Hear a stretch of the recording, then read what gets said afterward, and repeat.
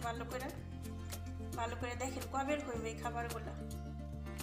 এটা হচ্ছে গেছে শনিবার দিন, যা আমাদের বাসায় এই মেহমান আসছিল শনিবারে না রবিবারে, ওই খাবারগুলো। এই যে শুধু ভাত আমি গরম করে নিছি, আর কি নিছি এটার সাথে আপনাদের দেখাই। এই যে নাস্তা বানাতে হবে, তো প্রথমেই দুধ চাটা বসিয়ে দিব, কারণ দুধ চাটা হইতে হইতে বাকি যে আমার কাজগুলো আছে নাস্তা বানানোর, এগুলো কমপ্লিট হয়ে যাবে।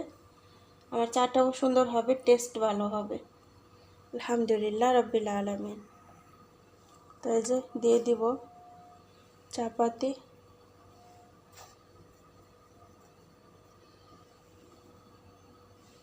মাশাআল্লাহ তাবারাকাল্লাহ। তো একসাথে দিয়ে দিব চিনি যা যা আছে। তো একটু বয়লিং হবে, তারপর আমি লাস্ট টাইমে দুধটা দিয়ে দেব।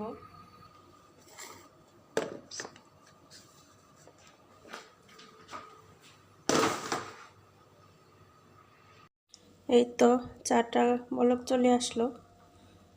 এখন আমি এই যে বানাবো পরোটা বানানোর জন্য আটাগুলা রেডি করে নিলাম। তার আগে টেবিলে প্লেট দিয়ে সব কিছু দিয়ে রেডি করে নিলাম। এখন শুধু নাস্তা বানাবো, টেবিলে দিব, তারা খাবে।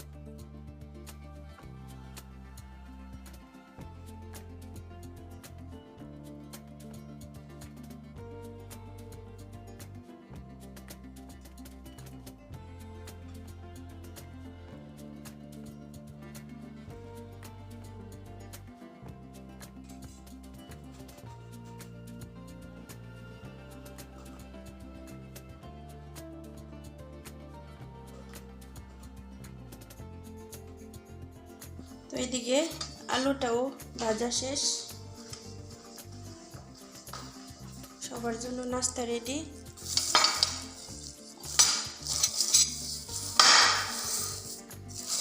এই যে পরোটা, এটা ম্যাডামের জন্য, এটা হচ্ছে স্যার ও বাচ্চাদের জন্য। এই যে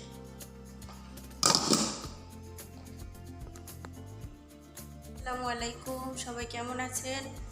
আশা করছি অনেক ভালো। আলহামদুলিল্লাহ রব্বিল আলামিন, আপনাদের দোয়া আল্লাহর অশেষ রহমতে আমিও ভালো আছি, সুস্থ আছি আলহামদুলিল্লাহ। তো আজকের ব্লগটা শুরু করছি সকাল থেকে। দেখলেন আপনার রান্নাবাড়ি করলাম, রান্নাবাড়ি বলতে সকালে নাস্তাটাও বানালাম, এমনিতে রান্নাবাড়ি করি নাই। কিন্তু এখন হয়েছে বিকেলবেলা, এই যে দেখেন সূর্য যায় যায় এই অবস্থা।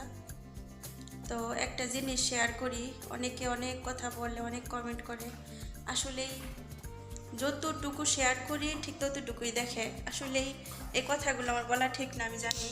তারপরেও প্রবাসের যে একটা, প্রবাসীদের যে একটা কষ্ট, প্রবাসীদের যে একটা লাইফস্টাইল, এটা শুধু আপনাদেরকে দেখাইতে চাই, এটা স্মৃতি করে রাখতে চাই, যেন কোনো দিন এই যে কষ্টের গড়া, কষ্ট কইরা টাকা উপার্জন করতেছি, এই টাকাটা যখন ভবিষ্যতে ছেলে মেয়েদের জন্য কিছু করব, যখন বাচ্চাদের লাইফের জন্য কিছু করব, ওই টাইমে হয়তো আমাদের বয়স হয়ে যাবে, হয়তো ওই টাইমে আমরা দুনিয়াতেও থাকবো না।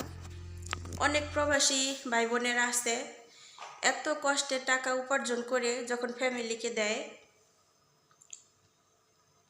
তখন দেওয়ার পর যখন সে দেশে যায় তার কোনো মূল্য থাকে না, তার কোনো অস্তিত্ব থাকে না। যাদের কাছে দেয় তার একটা সময় বলে যে তুমি কি করছো, আমরাই এগুলা করছি। কিন্তু উপরওয়ালা জানে যে আসলে কে কতটুকু করে। তাই আসলেই এই যে বিষয়গুলো, এই যে কষ্টগুলো, যে প্রবাসী থেকে এত কষ্ট করে মনটারে কাট করে আত্মাটারে শুকিয়ে তারপরে প্রবাস করতেছি, প্রবাসীতে কাজ করতেছি, তারপরে বাসা বাড়িতে অনেকের আইডিয়া হয়তো বা যে প্রবাসের বাসা বাড়িতে মেয়েদের অনেক শান্তি। আমি একটি প্রবাসী হিসাবে বলবো যে প্রবাসে থাকা বাসা বাড়িতে মেয়েরা মানে 90%-এর মধ্যে হয়তো বা 10% মেয়েরা ভালো আছে, মানে হ্যাপি আছে, মনের মতো অনেক কিছু করতে পারে। আর আমি বলবো 90% মেয়েরা যারা বাসায় জব করে তারা কষ্টে আছে, অনেকে টর্চারের মধ্যেও থাকে। আসলে টর্চার বলতে যে খারাপ টর্চার সেটা না। যেমন আছে সপ্তাহে একটা দিন ভালো মন্দ খেতে পারে না। আবার এমন আছে, আমার নিজের চোখের দেখা, আমার নিজের চোখ দিয়ে আমি মিথ্যা কথা বলবো না, আমার নিজের চোখের দেখা, যদি একটা মাংস বার করে রান্না করে মেয়েটা কোনো দিন, মাসে 6 মাসে একদিন, হয়তো বা 3 মাসে একদিন, মেয়েটারে বলে কেন মাংস বার করতেছো, কয়ে ম্যাডাম আমার জন্য আজকে রান্না করবো। তো ম্যাডাম বলে হারাম, তুমি কেন তোমার জন্য রান্না করো, তুমি একলাই খাইবা, হারাম। অথচ ম্যাডামরা দেখেন বাইরে যাইতেছে, বাইরেতে ভালো মন্দ খাই আসতেছে, যা ইচ্ছা তাই খাইতেছে। যেমন আজকে আমার ম্যাডাম স্যার সবাই মিলে বাইরে চলে গেছে, ওনার ফ্যামিলির বাসায় গেছে, তো আমি যাই নাই। তো আমার কথাটাই আমি বলি, তো ওনারা যে বাইরে গেছে, ওনারা কিন্তু যাওয়ার সময় বলে যাব না যে রেহানা তুমি তোমার মনের মতো কিছু রান্না করে খাইও, ফ্রিজে মাংস আছে ইচ্ছা করলে রান্না করতে পারো, ফ্রিজে মুরগি আছে তুমি ইচ্ছা করলে রান্না করতে পারো। আসলে যদি ইচ্ছা করলে পারতাম তাহলে অবশ্যই করতাম, অবশ্যই রান্না মনের মতো করে খেতাম। আসলে সেটা হয়ে ওঠে না, কারণ আমরা প্রবাসের বাসায় কাজ করি, আমাদের ওই ওই ইচ্ছে থাকলেও আমাদের উপায় নাই। ওই যে হারাম হারাম বিষয়টাই আপনাদেরকে শুধু বললাম, এর চেয়ে বেশি কিছু বলবো না। যে আমাদের মাস গেলে শুধু টাকাটাই দেয়, মাস গেলে কিছু টাকাই দেয়, ঠিক আছে, এছাড়া আত্মাটা কাট করে ফেলাই। মানে নিজের মনটারে মানাইয়া, মনটারে বুঝাইয়া অনেক কষ্ট করে প্রবাসে থাকতেছি, ঠিক আছে। তো এই বলতেছি যে এই যে এগুলি মানে মেমোরিতে রেখে দিলাম, যে এত কষ্টের টাকা উপার্জন করতেছি বিদেশে থেকে, এগুলো একদিন খেয়ে মরতে পারবো কিনা জানি না। আর যখন আমাদের বয়স হয়ে যাইব, যখন আমরা চিন্তা করব যে এই টাকা দিয়ে একদিন আমরা ভালো চলবো, ভালো খাবো, বয়স হয়ে গেলে হয়তো ওইটা ভাগ্যে নাও থাকতে পারে। অনেক মানুষই দেশে যাওয়ার পর ওই টাকা পয়সা দূরস্থান ওগুলোর চেহারাই দেখে না, ওগুলো কিছু ভাবতেই পারে না যে আমি নিজে কষ্টে টাকা উপার্জন করছি, আমি বিদেশে থেকে দিনের পরে দিন খেয়ে না খেয়ে কষ্ট করে। আসলেই এই হচ্ছে বিষয়, মানুষ এই কিছু কথা প্রকাশ করে, কিছু কথা প্রকাশ করে না। আমরা বিদেশ করি, আমাদেরও কিন্তু ভয় আছে যে আমরা ওনাদের ব্যাপারে কিছু বলতেছি, আমাদেরও কিন্তু ভয় আছে। তো একটা নমুনায় দেখাবো আপনাদেরকে, বেশি কিছু বলবো না। আসলে নিজেকে ছোট করারও কিছু নাই, কাউকে ছোট করারও কিছু নাই এখানে। আসলেই আমরা হচ্ছে পরিস্থিতির শিকার। আমরা যদি মানুষে খাওয়ার পরে আইটা ভাত আমাদের খেতে দেয়, আমাদের খেতে হবে। কেন না জানেন কী জন্য খেতে হবে? আমাদের জান বাঁচানি ফরজ, জান বাঁচানি ফরজ। তারই একটা নমুনা দেখাবো, আর কিছু বলবো না, আর কিছু বলবো না। আলহামদুলিল্লাহ রব্বিল আলামিন। এই যে আপনারা দেখেন, দেখলে আপনারা বুঝতে পারবেন। আমি কিন্তু এই যে মাইক্রোওভেনে গরম করছি, তো আপনারা বলবেন যে রেহানা বুঝি মিথ্যা কথা বলতেছে। এই যে ভাতগুলা, এগুলা কবের হইব আপনারা দেখেন তো, ভালো করে দেখেন কবের হইব এই খাবারগুলা। এটা হয়েছে গেছে শনিবার দিন, যা আমাদের বাসায় এই মেহমান আসছিল শনিবারে না রবিবারে, ওই খাবারগুলা। এই যে শুধু ভাত আমি গরম করে নিছি, আর কি নিছি এটার সাথে আপনাদের দেখাই। এই যে এটার সাথে নিচ্ছি হয়েছে মরিচ ভর্তা। এই যে মরিচ ভর্তা নিচ্ছি, এই মরিচ ভর্তা দিয়ে ভাতটা খাবো।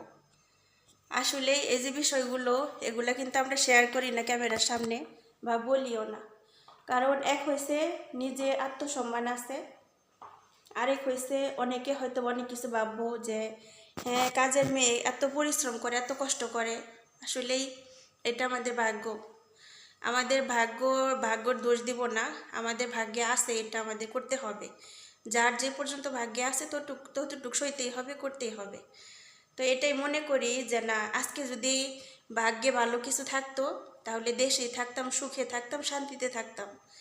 ভাগ্যে বিদেশে ছিল, বিদেশের এই কষ্টটা ছিল ভাগ্যে, তার জন্য বিদেশে আসছি। এখানে আমি না নিজেকে ছোট মনে করব, না কাউকে মানে ছোট করে কথা বলবো। আসলে আমি যদি বড় লোক হইতাম, আমি যদি কোটিপতি হইতাম, তাহলে প্রবাসে আসতাম না, প্রবাসের বাসা বাড়িতে কাজ করতাম না। আসলে আমি নিজেকে যে কোনো কাজকে আমি অনেক বড় মনে করে দেখি, যে কোনো কাজই আমার কাছে কোনো ছোট না। ভাগ্য, আপনারা চাইলে আমার ভাগ্য চেঞ্জ করতে পারবেন না, আপনারা চাইলে আমার এই পরিস্থিতি থেকে উদ্ধার করতে পারবেন না। একমাত্র উদ্ধারকারী হচ্ছে আল্লাহ পাক রাব্বুল আলামিন। তার কিছু বলবো না, এই পর্যন্তই। যে একটি প্রবাসী মেয়ে একটি প্রবাসের বাসায় কতটুকু কষ্ট করে, কতটুকু কষ্ট করলে মানে পরিস্থিতি কেমন হয়। আসলেই হয়তো ব্লগিং করি, আপনাদের সাথে শেয়ার করি ভালো মন্দ, আসলেই অনেক কিছু শেয়ার করি না যেটা নিজের আত্মসম্মানে বাজে, যেটা নিজের, আমার ফ্যামিলির কিন্তু আমার ভিডিওগুলো দেখে, আমার ফ্যামিলিতে ছোট আছে বড় আছে। আসলেই কে কী মনে করবে সেটাই বিষয়। এই যে কথাগুলো বলতেছি তাও নিজের খারাপ লাগাটা কাজ করতেছে। তো যাই হোক, আর কিছু বলবো না। সবাই আমার জন্য দোয়া করবেন, আমি আপনাদের জন্য দোয়া করি। কে আমাকে ভালোবাসেন তাদের জন্য দোয়া করি, যে আমাকে ভালো না বাসেন তাদের জন্য হাতটা তুলে দোয়া করি আল্লাহর কাছে। আল্লাহ যেন আপনাদেরকে সহি সালামতে রাখে, আল্লাহ যেন নেক হায়াত দান করে, আল্লাহ যেন সব কিছুতে বরকত দেয়। ভালো থাকবেন, সুস্থ থাকবেন, সবার জন্য অনেক দোয়া শুভকামনা রইল। সবাই প্লিজ খারাপ ভাবে নেবেন না, আমি ওনাদের গিফট করি না, আর আমি ওনাদের নামে দুর্নাম করতে চাই না। আমি জাস্ট আমার ভিতরে যে একটা কষ্ট, এটা আমি আপনাদের সাথে শেয়ার করি। আমি প্রথমেই বলছি যে আমি আপনাদের সন্তান, আমি আপনাদের বোন। আসলে সুখ দুঃখ যে যেটার কষ্ট করছে না সে সেটা বোঝে, আর যে যেটার কষ্ট করে নাই সে সেটা কখনোই বুঝবেন না। সুবহানাল্লাহ। তো যাই হোক, আর বেশি কথা নাই বলি, সবাই ভালো থাকবেন, সুস্থ থাকবেন। ভিডিওটা ভালো লাগলে এই প্রবাসী বোনটার পাশে থাকবেন। আপনারা অনেকে বলেন যে এইসব কথা বললে তুমি ভাইরাল হতে চাও। আমার তো একটা ভিডিও ভাইরাল হয় নাই, আমার একটা ভিডিও ভাইরাল হয় নাই। আলহামদুলিল্লাহ রব্বিল আলামিন। এত ভাইরাল আমার প্রয়োজনও নাই। আসলে এই ভাইরাল হতে গেলে অনেক ধরনের কথা লেখা যায়, অনেক ধরনের কথা বলা যায়। আমি ওগুলো বলতেও চাই না, ওগুলো লিখতেও চাই না। নিজের আত্মসম্মান বাঁচাইয়ে কথা বলতে চাই, কাজ করতে চাই, ব্যাস। আলহামদুলিল্লাহ রব্বিল আলামিন। তো সবাই ভালো থাকবেন, সুস্থ থাকবেন। আল্লাহ হাফেজ। আর আমার কথায় যদি ভুল হয়ে থাকে, কেউ কষ্ট পেয়ে থাকেন, প্লিজ আমাকে ক্ষমার দৃষ্টিতে দেখবেন। এখন বাজে হচ্ছে 5টা, ঘড়ির টাইম 5টা বাজে।